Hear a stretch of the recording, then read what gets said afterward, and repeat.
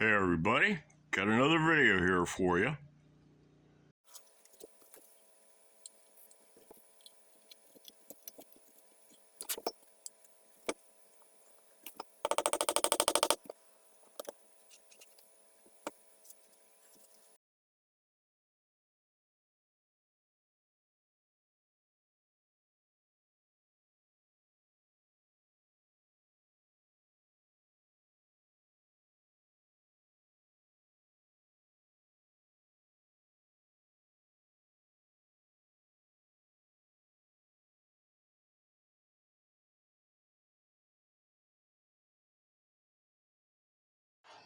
Well, looks like this insert here was a little bit too tight on the fit for the hole, and by the time it got all the way seated, it caused a little crack in the body.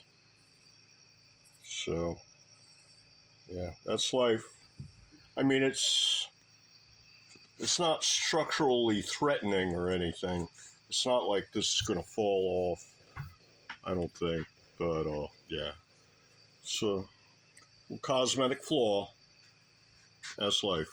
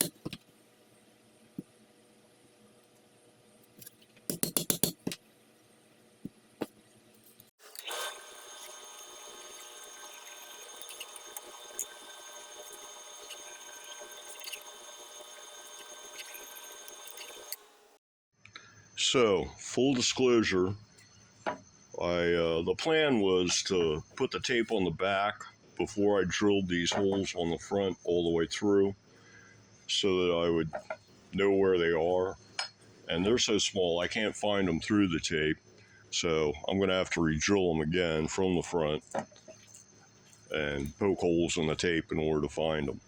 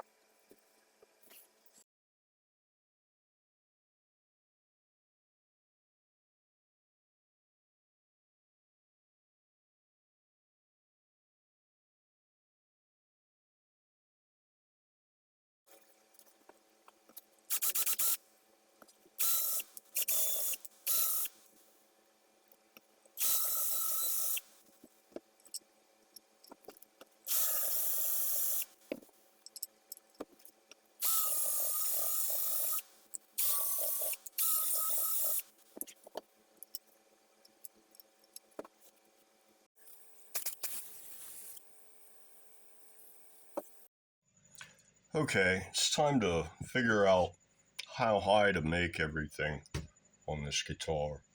On a guitar with zero relief, where your frets are right at the fret plane more or less, your saddle height above the bridge, above the fret plane, is going to be, your action at the 12th will be half that, and your action at the 24th will be 3/4 of that amount. On my builds, I like to run a little under 1.5 millimeters action at the 24th with zero relief. And that works out to 1 mil action at the 12th, 1.5 mil at the 24th, and setting the saddles 2 millimeters above the fret plane. So just come along like this and measure the fret, set the truss rod's already been adjusted so the neck is flat in the fret plane. Just laying this across the neck pretty much gets you the fret plane. And so you just take a measurement like that, and at the middle and at the right side, and that tells you how to adjust your posts. In this particular case, the neck is a little lower on the treble side than on the base, and so this post is a little lower than this one. But they seem to be in about the correct position. The only real question mark is that there's only maybe about from the top of my finger up that much of the post threaded down in there, probably even a little less. So I might need to get some, I believe these are M5s. Yeah, see, they're barely screwed in. I believe these are M5s, so I'll just get some longer M5 bolts, and then I can always grind or machine a little groove in the top for the knife edge. But that's going to be a wait and see proposition, because these might be good enough just the way they are, like that. Hold on. Same idea with the pickups. Once I had the bridge height, that I can like hold the bridge in there and put a straight edge across the 24th fret and the saddle, in order to check for clearance for the pickups. And it looks like they'll both just barely fit with no shim at all. And at first it was looking like I'd have to route a little bit of relief to get them low enough. But yeah, it looks like once you get the bridge on there, the saddles are about where my finger is, the bottom of my finger. So yeah, it looks like everything might just barely fit. I might need to get longer post bolts. I might need some shim here in order to deal with these pickups. They're awfully tall. So, but it's close enough that I think I can start putting it all together, and then add shim as needed where it's needed, or longer post bolts or whatever. Put it all together, see where I'm at, then take it apart and make the necessary adjustments and put it back together, and do that a few times, and eventually I'll get there.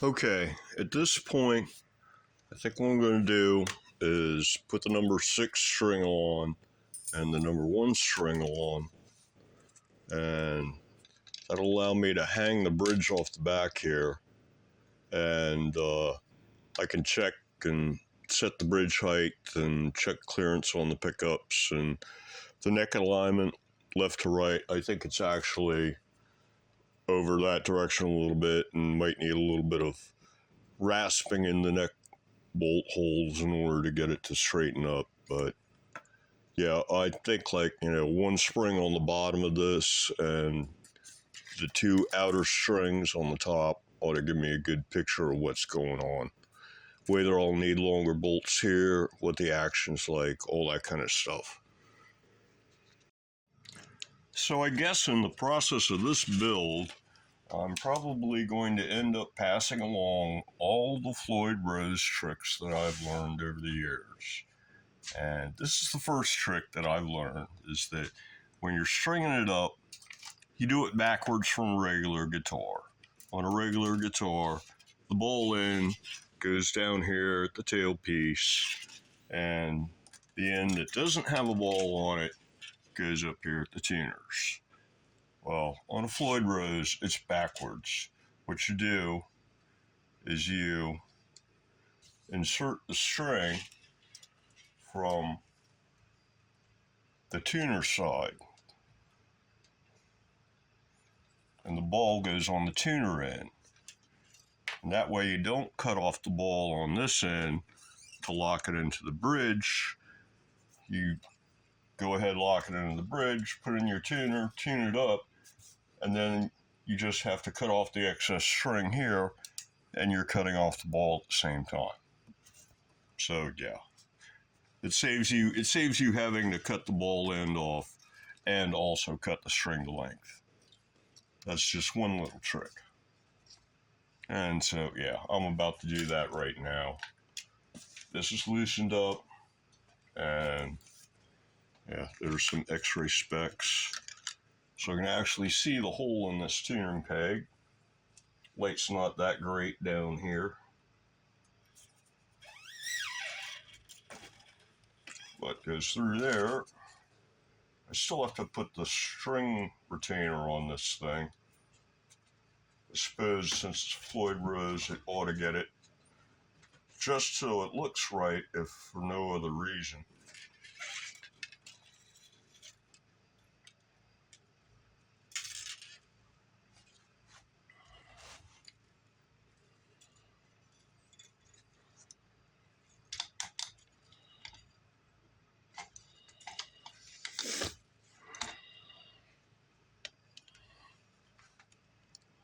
So down at this end, I can just loosen this guy up here. We'll need a wrench for that. Put the string in the block, then take up the slack at this end, lock it down, put a little tension on it, and I'm done. Now the other basic trick that you want to do, except I can't really do it on this guitar because there's nothing back here to support the bridge. What you do is you come over here, put a twist or two on each of your claw screws. Well, first what you want to do is you want to place a shim underneath here so you can't do a pull-up.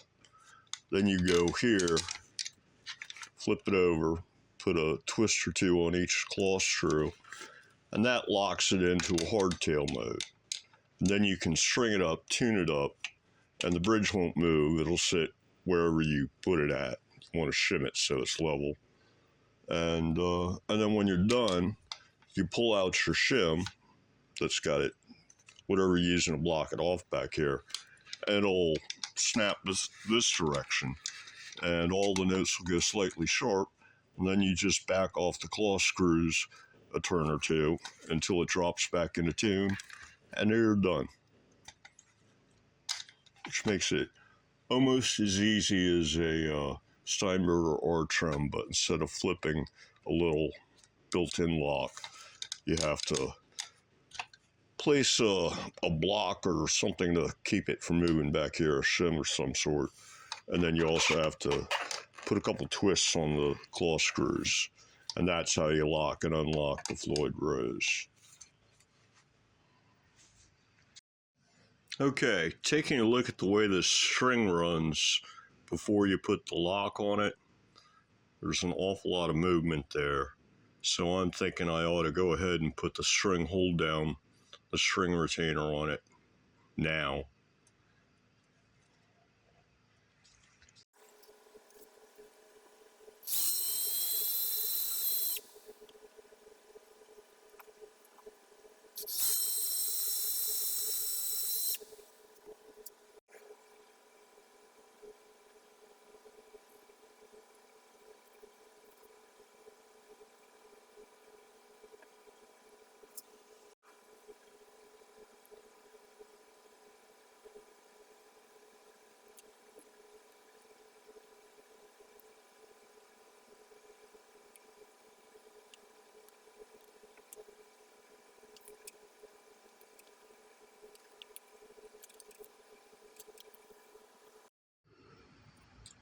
Okay, I've got the number 6 string on here, and it's just counterbalanced by the weight of the bridge itself. There's no springs on this or anything, it's just hanging off back there. And already you can see that the action is high, and it also looks like the neck alignment is the neck needs to come over to the left a little bit, because there's probably almost 4 or 5 mil gap between the string and the outer edge of the fingerboard here. So one of these holes is going to need a little bit of rasping out so that the neck can be kicked over this direction a little bit. And it's probably going to need a mil or two of shim. And it's also probably going to need longer screws before it's all said and done. So I'm going to get started on those adjustments.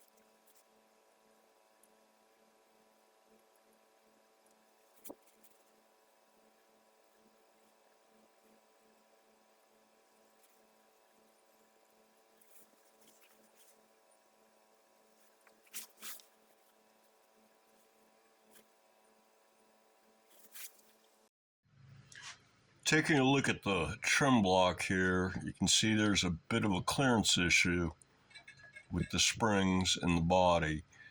The body is going to have to be carved back or notched right in here in order to provide more pull-up clearance for doing pull-ups on the trim. But right now there's also a bit of a clearance issue with the springs.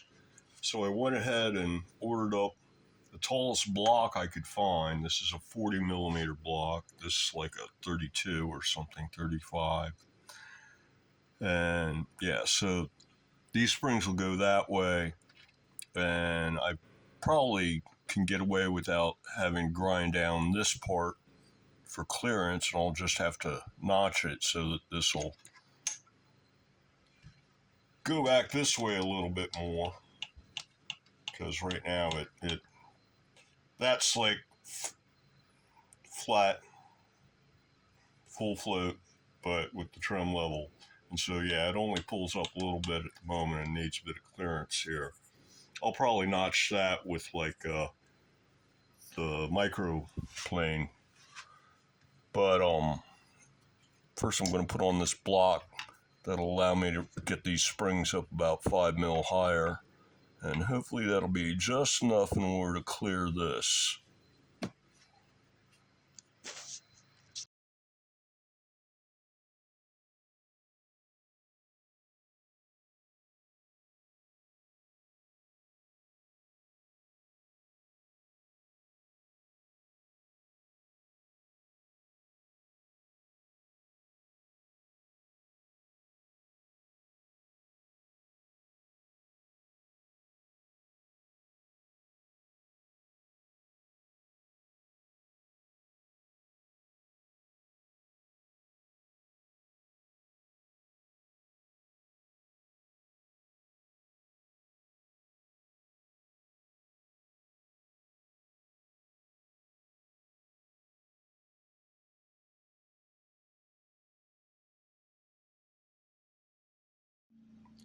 Well, I think that's going to do it for this video.